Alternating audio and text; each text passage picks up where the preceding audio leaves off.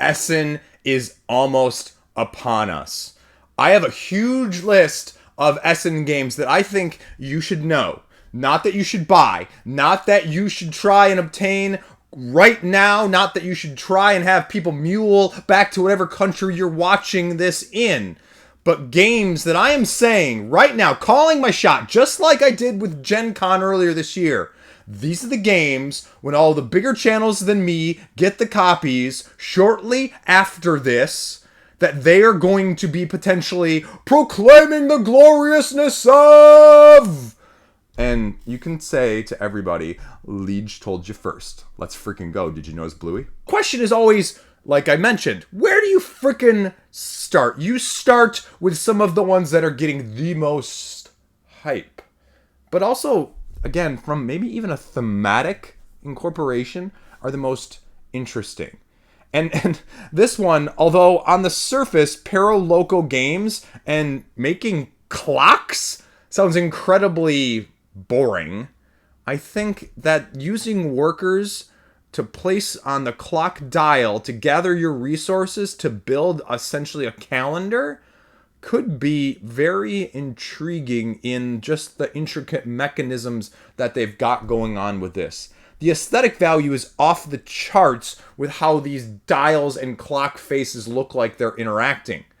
But, like any great dry Euro, or potentially mediocre dry Euro, there's a lot of speculation, and there's a lot of, well, reading through the rule book, and then trying to see if those dynamics of mechanics interfaced and interwoven actually capture your interest more than the dry theme won't in the first place. Which then ties you right into the second most hyped of these in the same line from Fractal Juegos, is Feya's Swamp.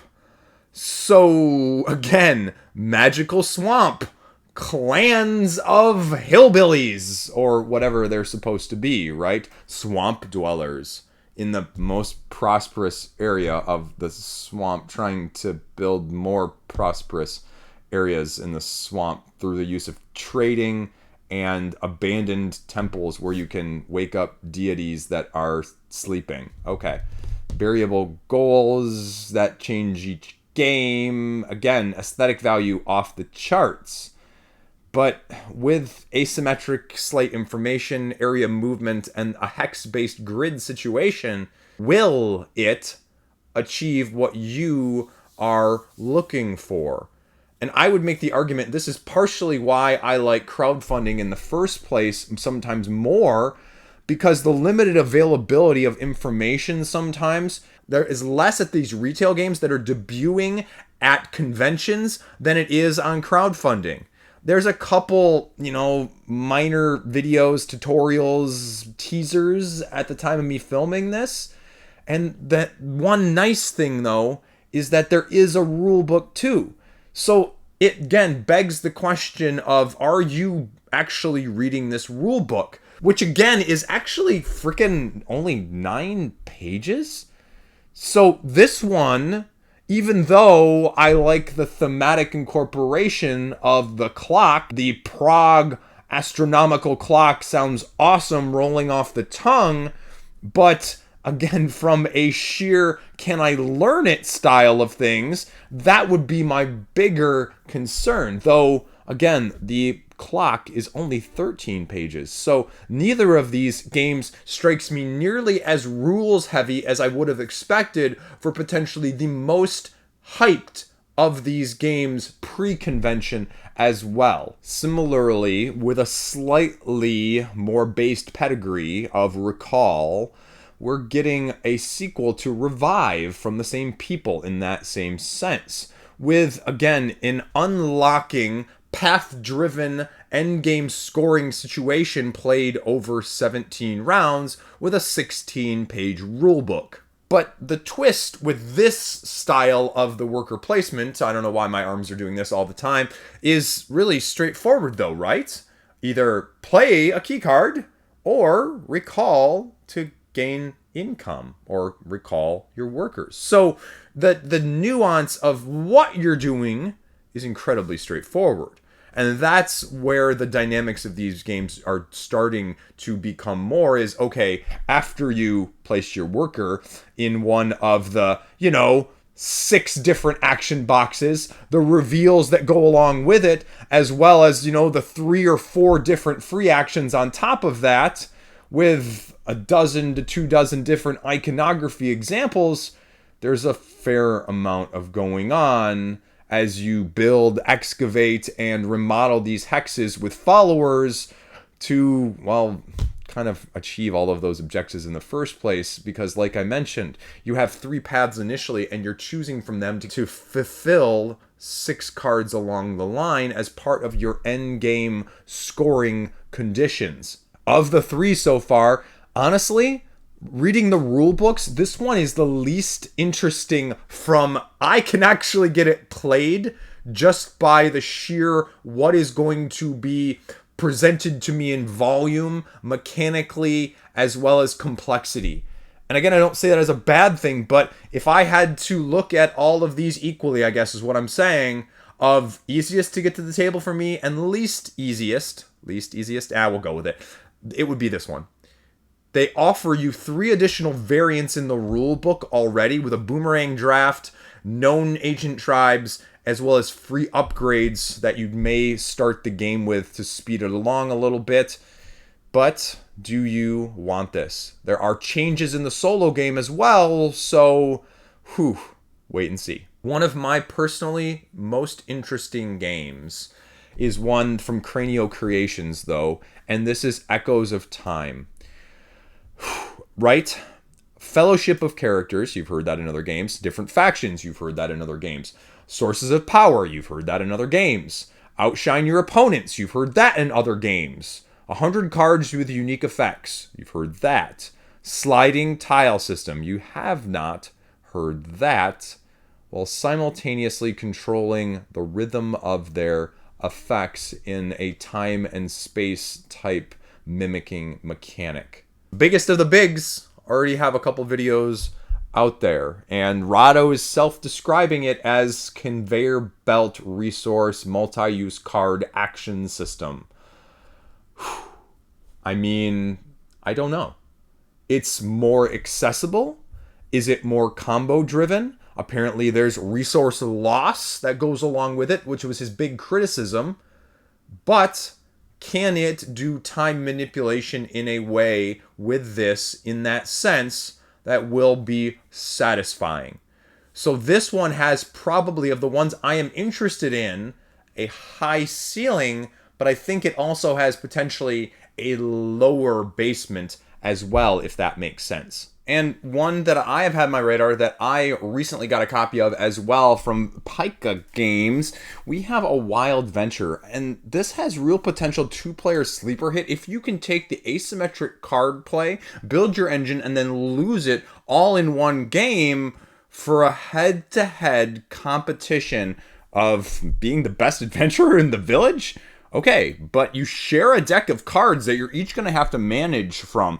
It gives me the vibe of almost a Veil of Eternity in the sense that there's so many cards, and I hope you only get to use so many of them in a game. I actually haven't played my copy at the time of me filming this, so we'll kind of see, but you're building these synergies and then getting rid of them. So, tactical dueling, high decision making.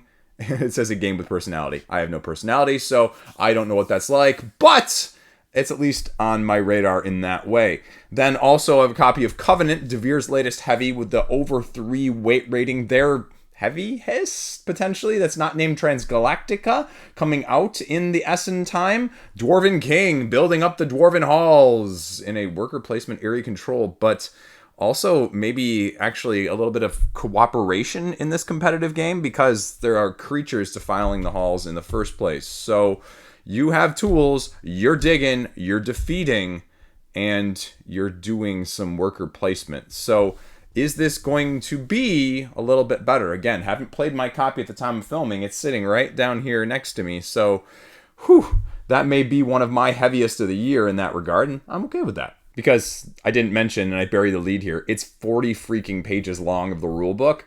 So that does worry me a little bit. But if it's more like a Batoku rather than, say, Transgalactica, I am actually rather excited by this one as someone who usually doesn't get this way with this type of game in the first place. So wait and see. You know what? Screw it. Let's go to the one behind me as well. White Castle Duel. People are going to love this game. I've played it. I probably have my review out before this.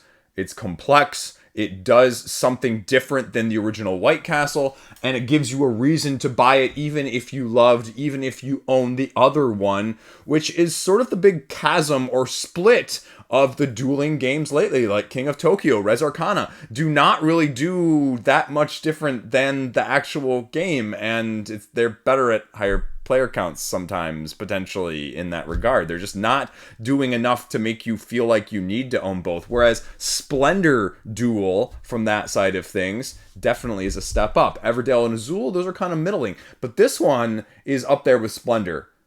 And I don't say that lightly because I think very, very highly of Splendor Duel as a whole.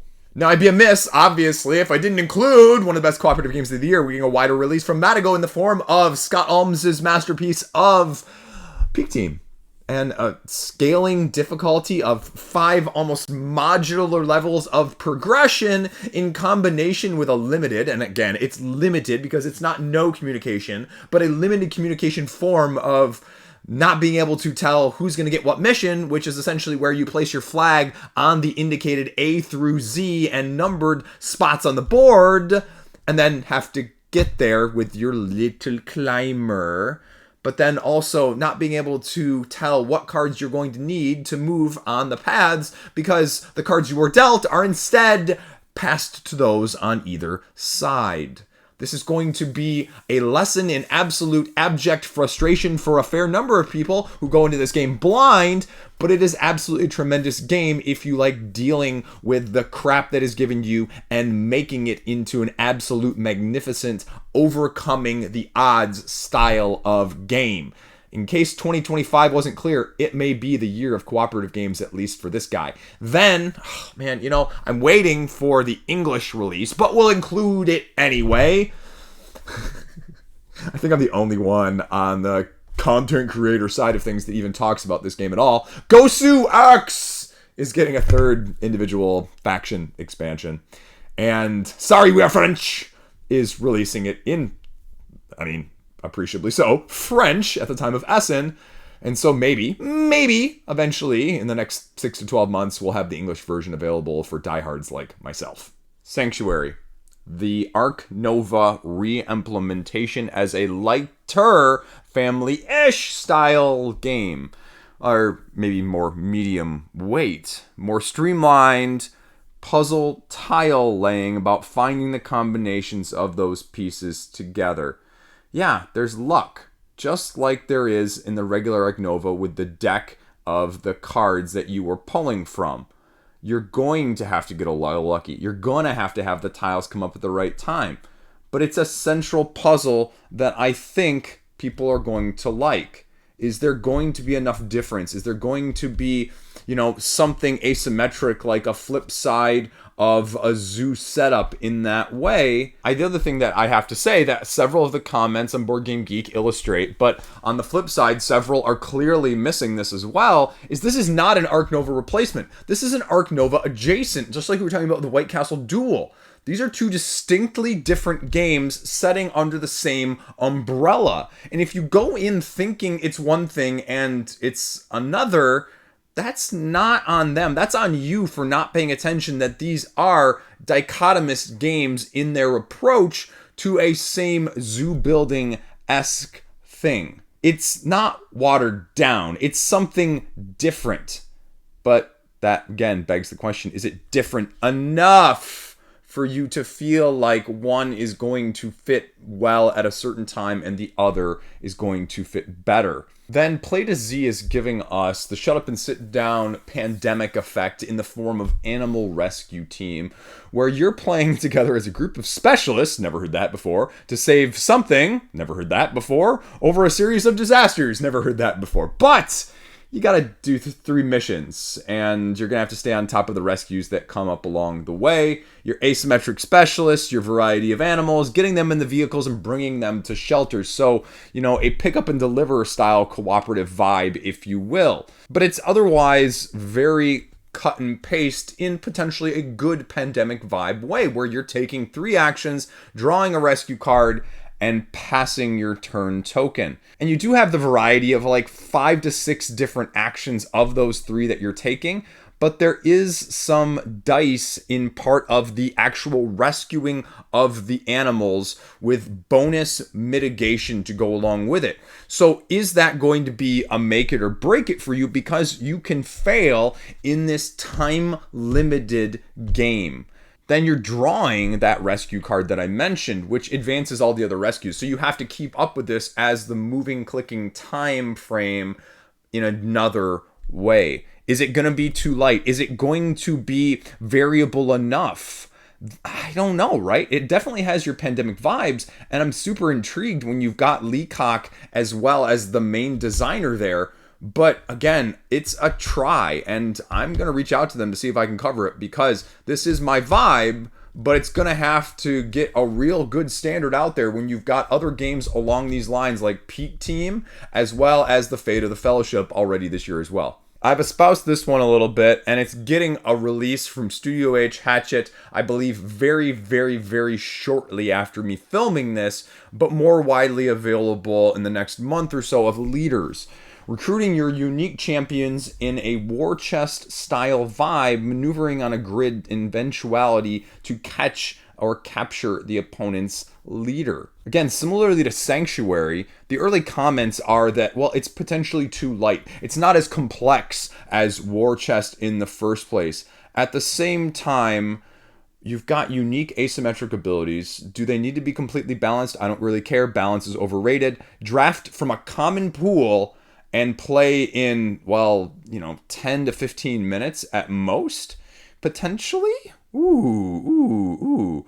But again, it begs the question when you have other games along a similar line, a Summoner Wars, an Onitama, anything like I've already mentioned, is this going to fit within that niche that you're looking for, right? Streamlined, easier to hit the table. But there are a plenty of those, even with, say, a Radlands style. So will this fit in well? And that is, again, what I'm a little trepidatious about, but I like the looks of the standees. So we'll wait and see. Now, I have to talk expansions for just a brief minute. We have 2 expansions that I have really had my eye on ever since they were been announced. And now we're going to get the release of them, because they were also 2 of my games in the top 10 of 2024. Castle Combo! Adding Outlaws to your party for extra combolicious combos. Because you have questionable sentences, you have dungeons, and you have padlocks that allow you to delay some card effects until a later turn, creating greater combos. Then Vale of Eternity, the Curse expansion, the Curse Tree, or will you get its Dark Blessings, new cards to shuffle in, new Tamer tiles, and completely compatible with artifacts in the base game. So hopefully integrate it all, play it out, and just have some more fun. And you know what? We might as well just stay with the other one, because it was my game of the year of 2024. Lord of the Rings Duel for Middle-earth, the Allies expansion, right? Whoo boy. Collect power tokens in each chapter and call upon allies to get their benefits. I don't freaking know, but I'll take it. But again, can you improve? It's a raw situation. Raw Traders expansion.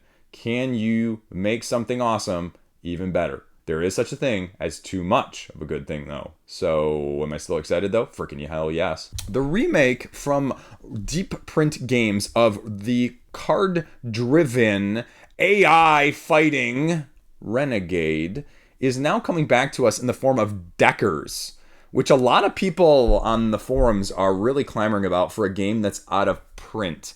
You're hacking into servers, solo mainly, but also cooperatively, to, win or lose together. You get your profiles, you get your special abilities, you're uploading things to, take out as many pieces as possible. You get new objectives, and you have a final objective to complete.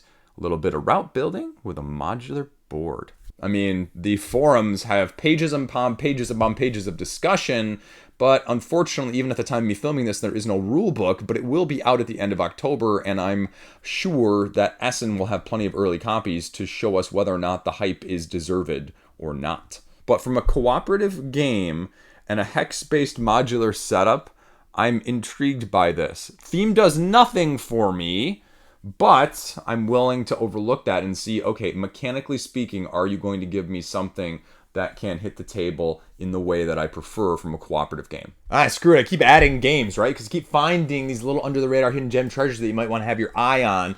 And this is Penguin Kaboom. It's like Bomb Busters with penguins, right? Cooperative, as you take on the role of elite but clumsy penguins. Ever see that movie, Penguins? I think that movie is hilarious. My kids love that. We've watched that so many times. 15 replayable missions with its own difficulty and setup as you choose to take available dice and re-roll them to become locked or to defuse bombs with matching iconography. Think fast, assign the dice, 3 levels of difficulty, and tension along with frozen feathers in Penguinvania. You know what? I'll keep my eye on it. Pero Loco has put out some very interesting games in the past, so we'll give them the benefit of the doubt here because they're also putting out Orloj, the astronomical clock that we talked about, in addition to the other Euro game from last year you may have remembered or had very limited release as well, of Phoenix New Horizon. So, yeah. Maybe keep this one on your radar too. This is going to be super light, but I have this one on my radar from Mighty Boards called Pinched.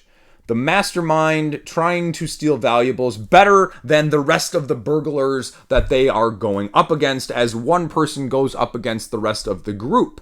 If you get it, you get all the valuables, but if the other ones guess correctly, show up in the right place, and they get your valuables instead. You steal and sell the most of them, you can win.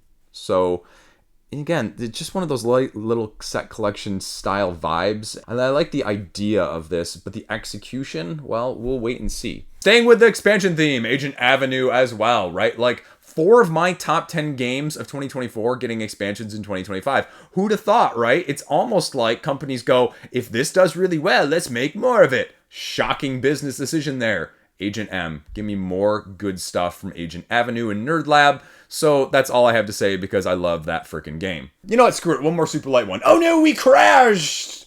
It's just a simultaneous flip cards up to match system cards that you have to find in the first place with a time-based element. And there are multiple layers and challenges that you're doing in this way, but the game system itself is straightforward in that manner. Now, the problem is they only give us the tutorial in that sense of the rule book. So how much more is there going to be with this one from Edition Spiel-wise? We'll kind of see, but it's got me intrigued at least a little bit as a real-time cooperative, matching game, if nothing else. So that's kind of neat. Then let's go back a little bit on the heavier side. Abroad! Traveling through Europe over 4 weeks to showcase your abilities? You wanted to travel and you get to do it as a job, essentially, is what this is doing.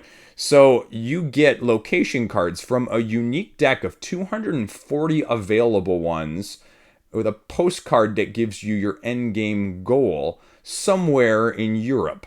It looks like a heavier version of Let's Go to Japan, if you will, because as you play your cards, 4 rounds, 7 days each, you get to go to new locations, spend your money traveling in between, and have 4 activities in each place, giving you ways to, draw cards, earn energy, and match. And it does have a main central board that you're going to be allocating pieces on, so it definitely is more than a tableau portion of things of Let's Go to Japan. But again, mechanically speaking, with this card play and this moving around, is it going to be that similar, or is it something more like that smashed together with R2I's globetrotting, if you will? But it's intriguing enough from a thematic and mechanical interest that I thought I'd mention it, if nothing else. And staying with that, Transgis, I'm mispronouncing that, I'm sorry. The folks who sent me Valkyrie have their heavy game coming out called Pulitzer. You're trying to develop a story that gives you the most prestigious award possible in journalism. 8 rounds, 2 phases each, where you get to place your journalists hidden in different areas of the board to do work, document, or investigate. But that hiding mechanism is really part of the phase system that you're going to be doing in the second part when the resolution begins, because you're going to be flipping them over to show their values to see who prevails in each zone. They say that there is going to be a personal investigation board that you need to gather evidence for that has never been done in Euro games in this type. But in order to actually have a chance at winning at the end of the 8 rounds, you actually have to meet certain criteria to participate in the final scoring. Yeah, it's one of those games. So then you will win the final reward. Advanced mode, they say, for 1 to 2 players, and several other game modes to accommodate the experience to your group. Now we have Castle Raisers. I've talked about it. It's sitting right down here below. It's going to have a video out sometime in the next, hopefully, week or 2, overlaying tiles, making vertical structures, and doing the 3 little pigs and the wolf in a way you've never seen from a stacking tile placement style vibe. Solo, cooperative, competitive, build your castle, pour cauldrons of soup on the invaders, and get your scoring conditions and tokens filled out. So it's doing something different. It's giving us a different vibe, and it's got a little bit of that Wandering Towers vibe from a couple years ago of something light whimsical, but a little bit tricky in the rulebook. So if this one can succeed, again, from Wonderful War board games, this one is high on the list of ones to look out for as well. The other one that they've actually got, and I've got on my radar as well from them, is Last Lantern, puzzling through a fog, trying to reach in a set collection style bag builder, puzzle forward, find the light situation. Communication limited, simultaneous, choose a set, and place it down, trying to get to goals while activating powerful abilities. And I'm hoping that this premise achieves what it's trying to promise with that very, very intriguing description. And I would be amiss if I didn't mention Czech Games', biggest one of the last year in the form of SETI. Again, going back to the top 10 games of last year and another expansion. Woo, right? Seeing a trend, anyone? Space agencies. Taking charge of now unique asymmetric organizations in your quest for alien contact. Now, this is not just offering this organizational asymmetric aspect, but also giving you 3 new alien species, each with their own twists, and 40 different project cards to incorporate. And, if you like the based off of real world initiatives, they're throwing that in there too. Quick start, as I always have mixed feelings about that. Like, if your game needs a quick start, why didn't you just start there in the first place? Because everyone does the same things in the rounds. I'm looking at you, some other Euro games, but this is also being included. So in the line of expansions that are necessary, does this fall under the prelude of Terraforming Mars prelude?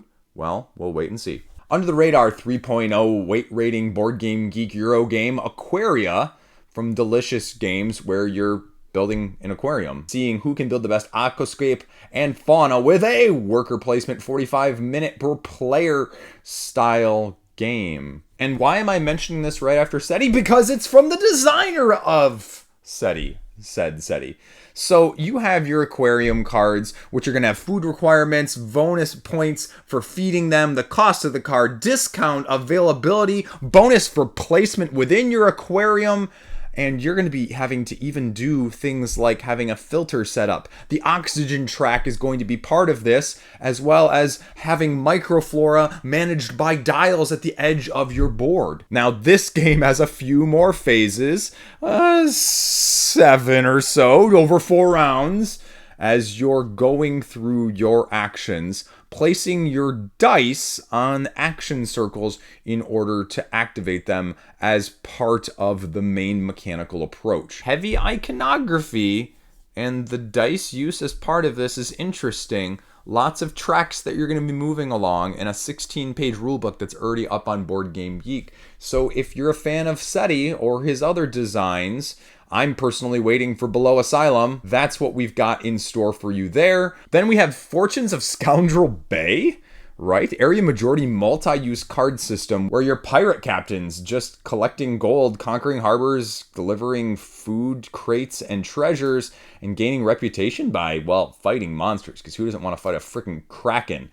You build your crew by recruiting new cards with 84 unique multi-use cards available to you throughout the deck, and each card working with 3 different actions. After each of the reefs that you pass, you resolve an event and feed your crew. Reach the 5th one, the game ends. Racing, delivering, but go too quickly and you're not going to get all the stuff done that you actually need to do. You've got a unique player power situation in the form of the captain, asymmetric boards for your ships, as well as, well, I guess screen printed meeples to go along with it. So high interaction, area majority, island-based, race-style draft. Intriguing. So that's it. That's my Essen games to watch. Some you probably have heard. Some you probably knew already about and were hyped up on. And probably some that I just put on your radar for the first time so you can thank me later. That's all I got. Stay classy. Have a great freaking day. Subscribe if you like it. I just love talking about games. Have a great, great, great time playing games as well. Peace out.